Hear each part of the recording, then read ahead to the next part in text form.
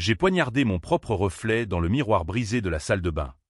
Non pas pour mourir, mais pour sentir le sang couler, le mien, le sien, le nôtre, et jurer sur cette lame que la belle-fille du PDG paierait de sa chair immaculée. En 14 minutes précises, j'ai codé l'apocalypse numérique qui a englouti l'empire familial, libérant des fantômes que même les avocats les plus véreux n'auraient pu exorciser.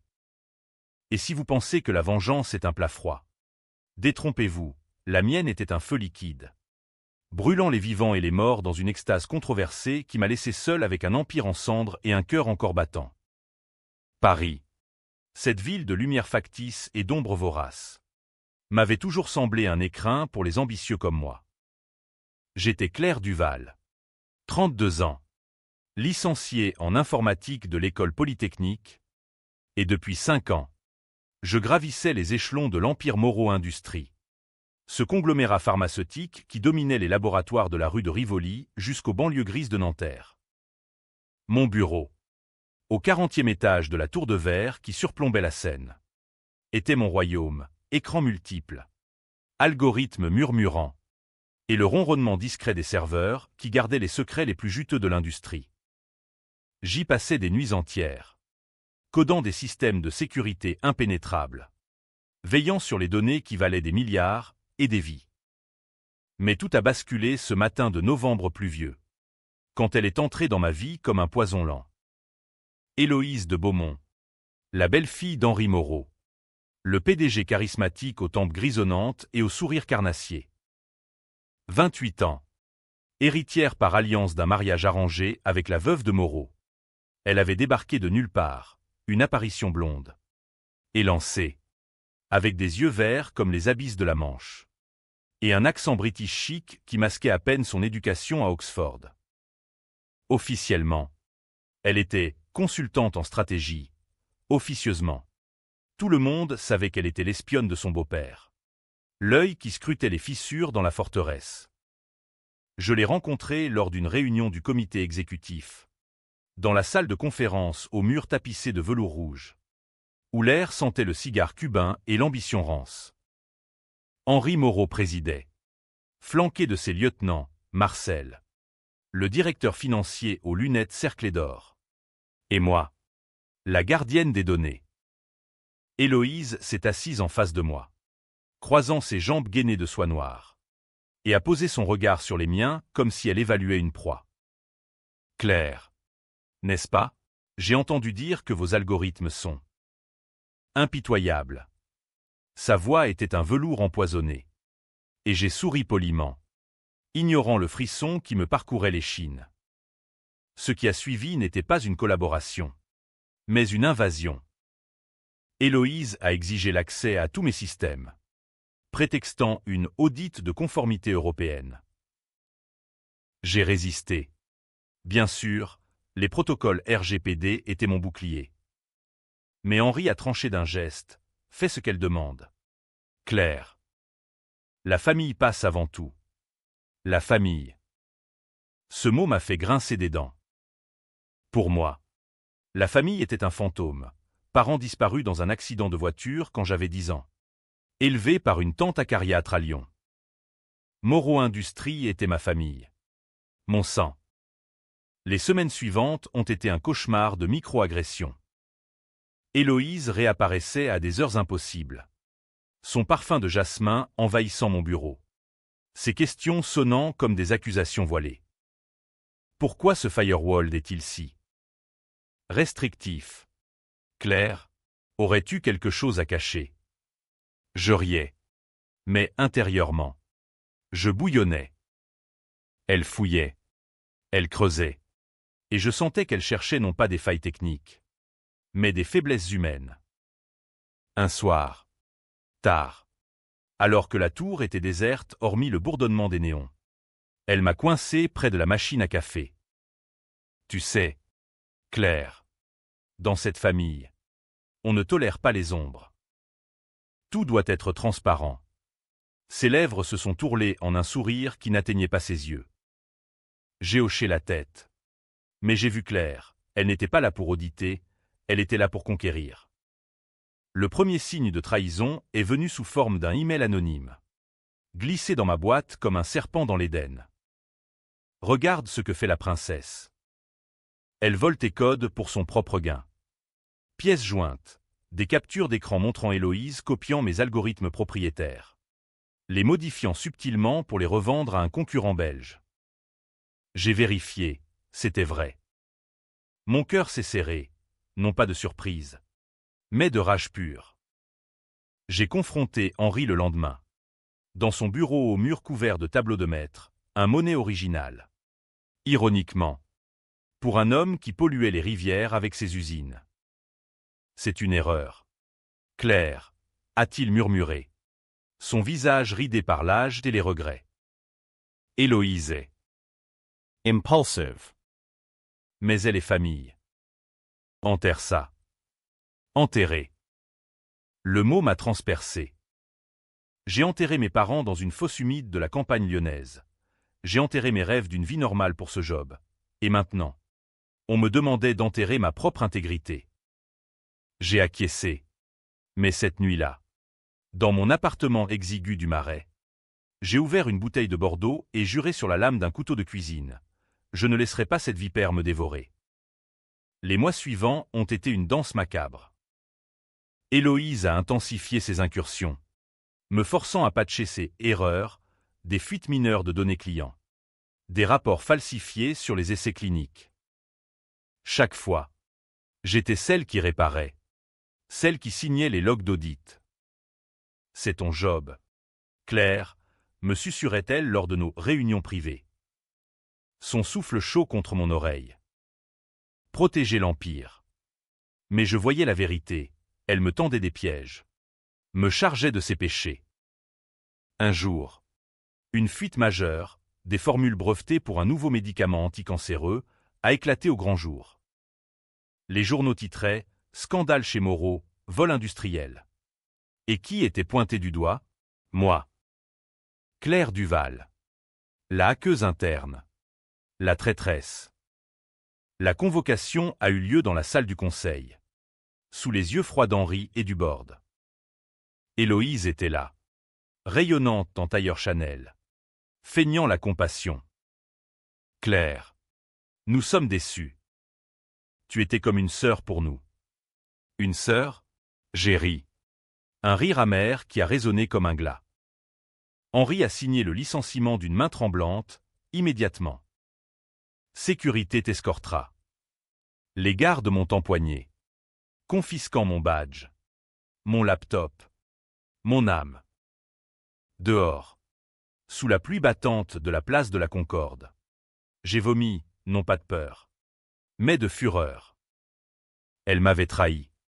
Profondément. En me faisant porter ses crimes. Et le pire, le secret qu'elle chonnait, ces formules n'étaient pas volées, elles étaient falsifiées. Testées illégalement sur des patients vulnérables en Afrique. Causant des morts silencieuses. J'avais vu les fichiers. Effacés par elle. Mais gravés dans ma mémoire. Ce soir-là, seul dans mon appartement, j'ai allumé mon ordinateur personnel, un bastion que même elle n'avait pas touché. Mes doigts ont volé sur le clavier, traçant les lignes d'un vers qui dormait en moi depuis des mois, un cheval de Troie, conçu pour le jour où l'Empire me trahirait. 14 minutes. C'était tout ce qu'il me fallait pour activer l'enfer. Mais avant cela, j'ai fouillé plus profond. Un dossier caché, accessible via un backdoor que j'avais laissé pour moi-même, l'épreuve. Héloïse n'était pas seulement une voleuse, elle était une meurtrière par procuration, couvrant les magouilles de son beau-père pour hériter plus vite. Et moi, j'étais le bouc émissaire parfait, orpheline, sans attache, sans vengeance apparente. La nuit s'est étirée en un fil tendu. J'ai bu, fumé, pleuré, non pas pour moi, mais pour les ombres que j'allais réveiller. Paris ronronnait au dehors. Indifférente. Ses lumières dansant sur la scène comme des promesses brisées. Demain, je reviendrai. Pas en employé, mais en fantôme. Et Héloïse paierait, oh, comme elle paierait. Les jours suivants ont été un brouillard de rage contenue. Un exil forcé dans les rues labyrinthiques de Paris qui me rappelait trop les allées sombres de mon enfance à Lyon. Sans salaire, sans réseau, Moreau avait veillé à ce que mes contacts professionnels me fuient comme la peste. Je me suis terré dans un café miteux du quartier latin. Un bistrot au mur jauni par la nicotine où les intellectuels ratés sirotaient leur absinthe en maudissant le système. Là, face à un espresso tiède, j'ai recompilé mon code. Le verre, que j'appelais désormais Inferno, était une bête magnifique, un algorithme autoréplicatif, conçu pour infiltrer les serveurs centraux de Moreau Industries via une vulnérabilité que j'avais moi-même créée. Un « oubli » dans le protocole d'authentification. Une fois activé, il divulguerait tout, emails internes, comptes offshore, rapports d'essais cliniques truqués. Mais le clou du spectacle, il effacerait les backups, incendiant numériquement l'Empire en 14 minutes pile, le temps d'un café français, disons, ou d'une confession mortelle. Pourquoi 14? Une coïncidence cruelle, c'était l'âge que j'avais quand mes parents étaient morts. Piégés dans leur voiture par un camion de transport chimique, ironie du sort. Un sous-traitant de Moreau. 14 minutes pour venger non seulement moi, mais tous les fantômes que l'Empire avait engendrés. J'ai testé Inferno sur un simulateur, le regardant dévorer des données fictives avec une voracité poétique. Satisfaite, j'ai effacé les traces, payé en cash, et filé vers Montmartre, où je louais une chambre d'hôte anonyme sous un faux nom. De là, j'observais, les journaux parlaient de mon départ volontaire. Un mensonge bien ficelé. Héloïse, elle, paradait dans les colonnes People, photographiée au bras d'un acteur en déclin lors d'une soirée au Fouquet's. La nouvelle muse de l'industrie, titrait-il. Muse, plutôt une gorgone. J'ai décidé de la traquer. Non par paranoïa, mais par nécessité. Pour activer Inferno, j'avais besoin d'un accès physique, un terminal non surveillé dans la tour. Ou mieux, un badge volé. Et pour ça, il me fallait approcher la vipère. J'ai commencé par les réseaux sociaux. Ironie. Pour une hackeuse. Son profil Instagram était un sanctuaire de vanité, selfies en yacht sur la Côte d'Azur. Citation de Nietzsche tordue pour justifier l'ambition. Et des stories cryptiques sur « briser les chaînes des faibles ». J'ai créé un faux compte. Léa Voss. Une journaliste freelance, intéressée par son ascension fulgurante. Les messages ont fusé, compliments voilés. Questions sur sa vision éthique de l'industrie pharma. Elle a mordu à l'hameçon en 24 heures. RDV au Café de Flore, vendredi 18h. Viens seul. Le Café de Flore. Ce temple de l'existentialisme où Sartre avait pondu ses manifestes, était le décor parfait pour une confrontation masquée. J'y suis arrivé en tailleur gris anonyme. Cheveux attachés. Lunettes fumées pour cacher mes cernes. Héloïse était déjà là, attablée près de la vitre, sirotant un thé vert comme si elle était chez elle. Léa, ravie de te rencontrer. Tu as l'air familière. Son regard a fouillé le mien. Et j'ai senti mon pouce accélérer. Avait-elle flairé le piège? Non. Juste son arrogance habituelle. Nous avons parlé pendant 1 heure, de son rêve de réformer Moreau en entreprise verte. De ses voyages à Davos. De sa haine pour les carriéristes jaloux, comme moi. Elle a ri en évoquant mon licenciement, pauvre Claire. Elle pensait être indispensable. Mais dans ce monde, on jette les outils usés. Outils usés. Le mot m'a brûlé. Mais j'ai souri, commandant un second café pour masquer mon tremblement. Puis, l'ouverture, elle a sorti son téléphone. Un iPhone blindé. Pour montrer des photos d'un gala récent. Distraction parfaite. D'un geste fluide. J'ai glissé un nano-émulateur sous la table, un gadget artisanal. Acheté sur le dark web pour une fortune. synchronisant avec son appareil via Bluetooth. En 10 secondes, j'avais copié son agenda, ses mots de passe et, miracle, un duplicata numérique de son badge d'accès. Tu es fascinante. Héloïse, ai-je murmuré, feignant l'admiration. On devrait se revoir. Elle a acquiescé, distraite par un appel d'Henri. Absolument. Envoie-moi ton article. De retour à Montmartre. J'ai décrypté le butin. L'agenda révélait tout, une réunion cruciale lundi matin. Dans la salle sécurisée du 40e étage. Où le board voterait l'IPO, l'introduction en bourse qui propulserait l'Empire vers les sommets. Et là, niché dans ses notes vocales. Le secret qui m'a fait chanceler, Héloïse n'était pas la belle-fille innocente. Elle était la fille illégitime d'Henri. Née d'une liaison avec sa secrétaire des années 80. Couverte par un chantage familial. Pire, les essais cliniques falsifiés, son idée. Pour gonfler les profits et sécuriser son héritage. Des enfants en Côte d'Ivoire. Des femmes en banlieue parisienne, des cobayes sacrifiés pour son trône. J'ai vomi dans l'évier. Les larmes coulant sur les preuves irréfutables. Mais la rage a pris le dessus. J'ai affiné Inferno, non plus une simple divulgation, mais une cascade. D'abord, email aux régulateurs européens. Ensuite, leaks aux médias, Le Monde. Libération. Enfin, un ransomware vers les familles des victimes. Avec fonds détournés des comptes de Moreau. 14 minutes pour tout cela. Programmé pour minuit. Quand les serveurs étaient au plus vulnérables. Pourtant, un doute m'assaillait. Et si je détruisais plus que l'Empire? Des emplois. Des vies honnêtes. Non. Ils étaient complices par silence. Lundi est arrivé comme un orage d'été. J'ai utilisé le badge émulé pour entrer dans la tour. Déguisé en femme de ménage, tablier gris. Cheveux sous un bonnet. Les couloirs étaient déserts. Le personnel encore au café du rez-de-chaussée. J'ai atteint le terminal auxiliaire près des ascenseurs. Un reliquat des anciens systèmes.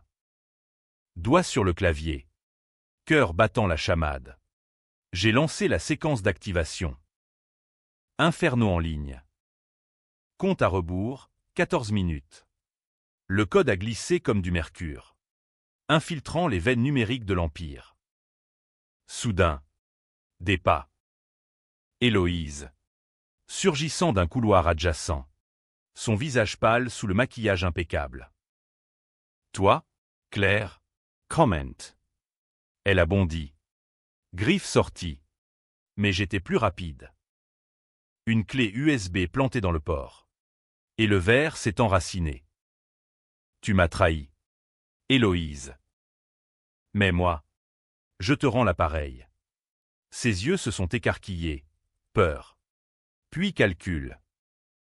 Attends. On peut négocier. Henri n'est pas au courant de tout.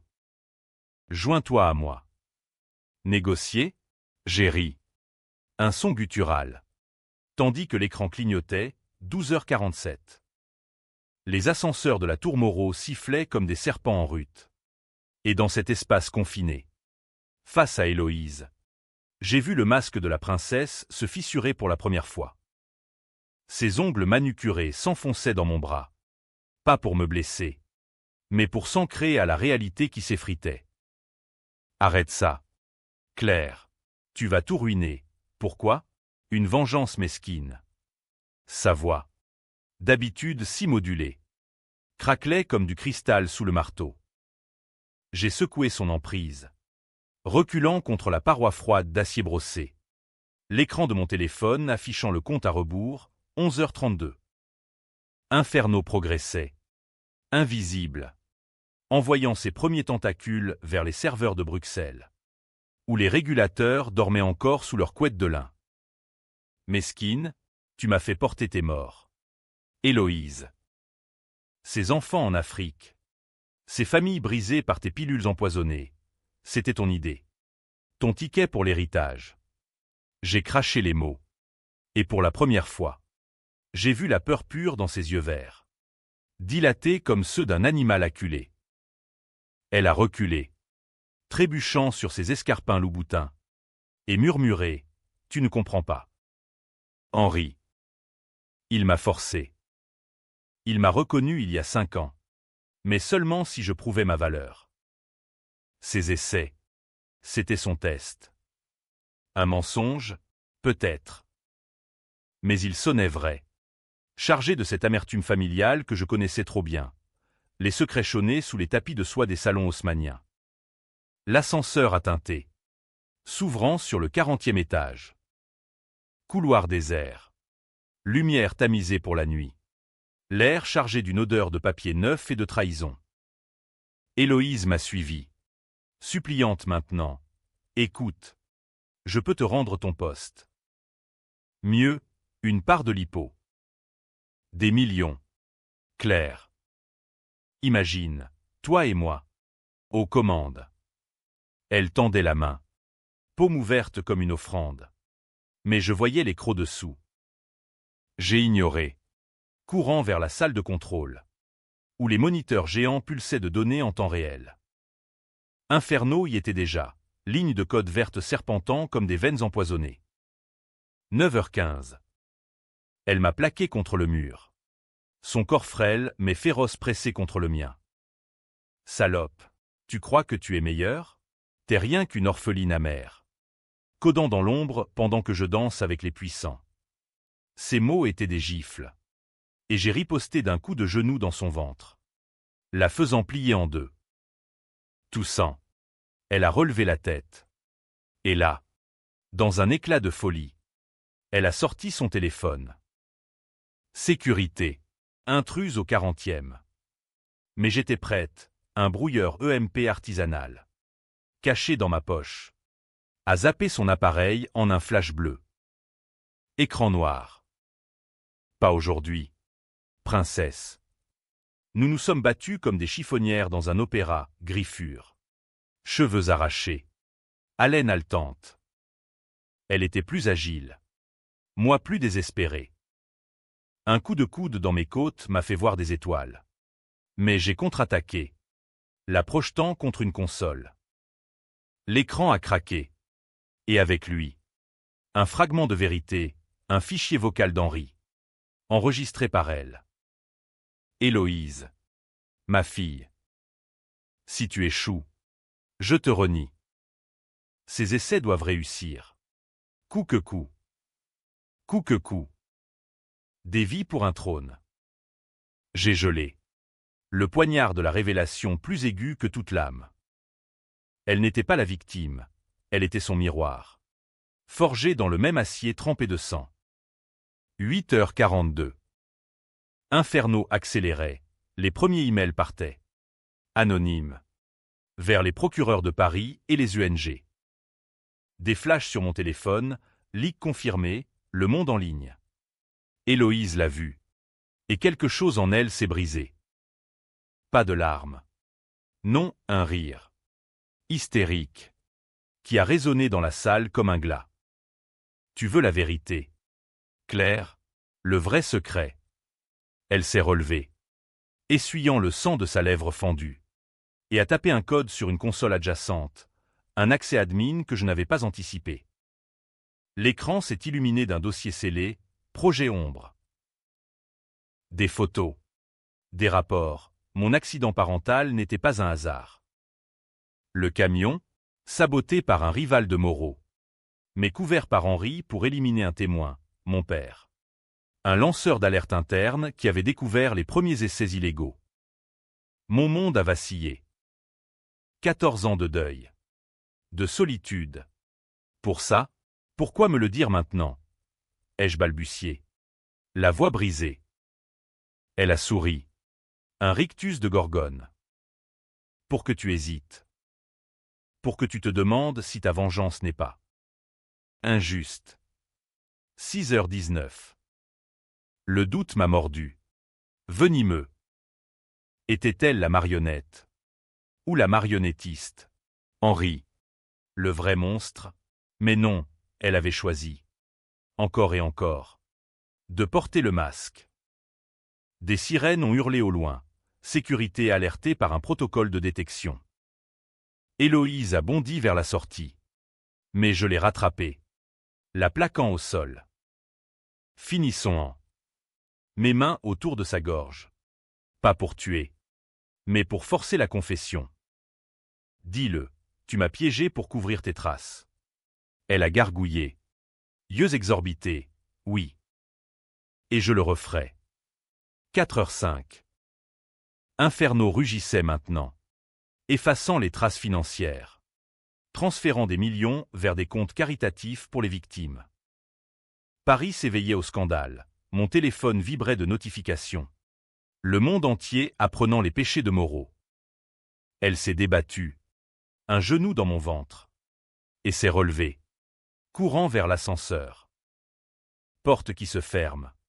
Son visage triomphant à travers la vitre. Tu perds tout. Claire. Comme moi. 1h58. Seul.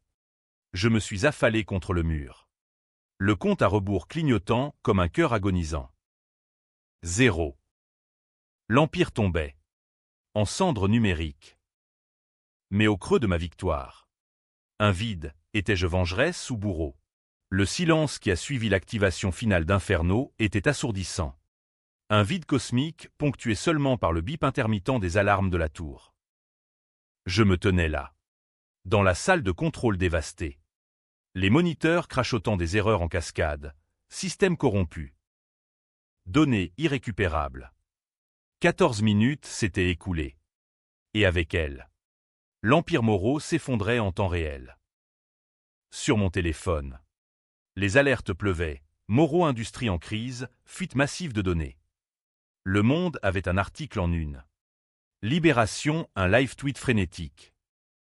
Les actions plongeaient aux bourses de Paris et Francfort. Des milliards évaporés en fumée virtuelle. Et moi, j'étais le fantôme au centre de la tempête. Invisible mais omniprésente. Des pas lourds ont résonné dans le couloir. La sécurité. Enfin. 3 gardes en uniforme noir. Armes non létales à la main. Ont fait irruption. Leurs visages burinés par des nuits de veille. Main en l'air. Ne bougez pas. J'ai obéi. Lentement. Le cœur encore emballé par l'adrénaline. Pas de fuite possible, les ascenseurs verrouillés. Les escaliers piégés par des caméras que j'avais moi-même codées. Ils m'ont menotté, Tsu Pao. M'entraînant vers le bureau d'Henri Moreau. Héloïse était là. Bien sûr. Perchée sur le coin de la table comme une reine déchue. Un verre de cognac à la main. Henri, lui, était effondré dans son fauteuil. Visage cendreux. Murmurant des ordres incohérents à son assistant paniqué. Claire Duval a sifflé Héloïse. Ses yeux rougis mais froids. La traîtresse. Tu as tout détruit. Ironie suprême. C'était elle qui l'avait forgé. Ce rôle. Henri a levé la tête. Ses yeux injectés de sang me transperçant. Pourquoi? Tu étais comme une fille pour moi. Une fille. Le mot m'a fait éclater de rire. Un son hystérique qui a fait reculer les gardes. Une fille que vous jetez au loup, pour couvrir les morts de votre héritière. J'ai craché les preuves. Les détails du projet Ombre que j'avais téléchargé in extremis. Le silence qui a suivi était palpable. Chargé de la trahison mutuelle qui rongeait cette famille recomposée. Henri s'est levé. Chancelant. Et m'a giflé, une gifle molle. D'un vieillard brisé. Tu ne sais rien. Mais si. Je savais, le sabotage de la voiture de mes parents. Ordonné non par un rival. Mais par lui-même. Pour taire un whistleblower. Héloïse l'a vu dans mes yeux. Et pour la première fois. Son masque a complètement volé en éclats. Père. Tu m'avais promis que c'était un accident. Sa voix était un fil tendu. Prêt à rompre. Henri a pivoté vers elle. Fureur paternelle déchaînée. Et toi, tes essais en Afrique, sans mort pour un brevet. Tu es ma chair. Mais une chair pourrie. La pièce a explosé en accusations, elle hurlant ses regrets, lui vomissant ses justifications. C'était pour l'Empire. Pour nous. Et moi. Menottée. Spectatrice d'un opéra wagnérien de décadence. Les policiers sont arrivés 10 minutes plus tard. Sirènes hurlant dans la nuit parisienne. Transformant la tour en un cirque médiatique. Flash des caméras au loin. Drones bourdonnant comme des vautours. Henri a été emmené en premier. Menottes au poignet. Marmonnant sur ses avocats de la rue de la Paix. Héloïse a résisté. Griffant un agent jusqu'au sang. Criant « C'est elle. C'est Claire qui a tout manigancé. » Mais les preuves d'Inferno étaient irréfutables, log pointant vers son propre terminal. Ses emails incriminants. Moi, j'étais l'intruse. Mais une intruse avec un alibi numérique. Mon code avait effacé mes traces, me laissant comme une ombre. Dans la salle d'interrogatoire du commissariat de la préfecture, sous les néons crus de l'île de la Cité, j'ai attendu. Pas de regret. Non, une étrange paix. Comme après un exorcisme. Le twist est venu à l'aube, un avocat anonyme. Dépêché par un bienfaiteur inconnu, une victime rescapée. Peut-être. A présenter des preuves supplétives, des enregistrements d'Héloïse confessant tout à un amant. Des transferts bancaires la reliant aux laboratoires illégaux. Vous êtes libre. Mademoiselle Duval. Et héroïne. Pour certains. Héroïne, le mot m'a fait sourire. Pour d'autres. Terroriste numérique. Dehors. Paris s'éveillait sous un ciel laiteux. La Seine coulant indifférente aux empires qui s'effondraient. J'ai marché le long des quais. L'air salin me fouettant le visage. Et pensé à la controverse qui gronderait. Étais-je justicière ou pyromane? Les éditos du Figaro me damneraient comme anarchiste. Ceux de Mediapart me couronneraient martyr. Et Héloïse, emmenée en cellule. Son règne fini. Mais son venin persistant, elle plaiderait l'innocence. Accuserait Henri. Me traînerait dans la boue. Mais le vrai climax n'était pas là. C'était dans le dossier final d'Inferno, que j'avais programmé pour s'autodétruire après envoi, un message personnel à Héloïse, crypté dans son inbox. 14 minutes pour te montrer ce que c'est d'être trahi. Mais souviens-toi, je t'ai laissé la vie. Utilise-la pour racheter tes péchés. Ai-je eu pitié, ou était-ce un dernier twist? La semence d'un doute qui la rongerait éternellement? Les semaines qui ont suivi l'effondrement de Moreau Industries ont transformé Paris en un amphithéâtre de jugement hâtif, où les foules virtuelles et réelles se déchiraient sur mon nom. Claire Duval, activiste salvatrice ou cybervandale irresponsable. Les plateaux télé de CNews me dépeignaient comme une furie féministe. Une « belle de jour » du code qui avait dynamité le patriarcat industriel. Sur Twitter, ou X, comme on l'appelait désormais, des hashtags pullulaient, vengeance Claire contre justice pour Moreau. J'ai fui les micros, me réfugiant dans une petite maison louée à la campagne normande, près de Deauville, où les vents salés chantaient des litanies oubliées. Là, face à l'océan gris, j'ai recompilé ma vie, pas d'héritage en millions, mais une liberté âpre, achetée au prix de 14 minutes d'enfer. Héloïse a été la première à craquer. Son procès, un cirque judiciaire au palais de justice de Paris, a déversé des torrents de boue. Accusée de fraude aggravée, d'homicides involontaires et de blanchiment, elle a plaidé non coupable, jurant que j'étais la grande manipulatrice. Claire m'a piégé. Elle haïssait l'Empire depuis la mort de ses parents, un complot personnel. Les tabloïds ont adoré, photos d'elle en larmes. Menottes au poignet. Son glamour fané sous les flashs. Mais les preuves, ces emails infernaux, ces rapports falsifiés, l'ont submergée. Lors d'une audience explosive. Elle a craqué, Henri m'a forcé. Il a tué ses parents. Et m'a promis le trône si je fermais les yeux. Le tribunal a retenti de murmures. Henri, déjà inculpé pour corruption, a vu sa peine alourdie d'un chef d'accusation d'homicide. Le twist final. celui qui a divisé le monde en deux camps irréconciliables, est survenu lors de la lecture du verdict. Héloïse, menottée dans le box des accusés, a tourné son regard vers la salle, et là, au fond, moi, anonyme sous un chapeau. Nos yeux se sont croisés. Un instant suspendu, chargé de peine et de reconnaissance, puis, dans un geste théâtral qui a fait hurler les journalistes, elle a arraché son foulard, révélant un tatouage discret sur son épaule, un code QR, gravé en lettres fines. « Scannez-le », a-t-elle crié au juge. C'est sa confession.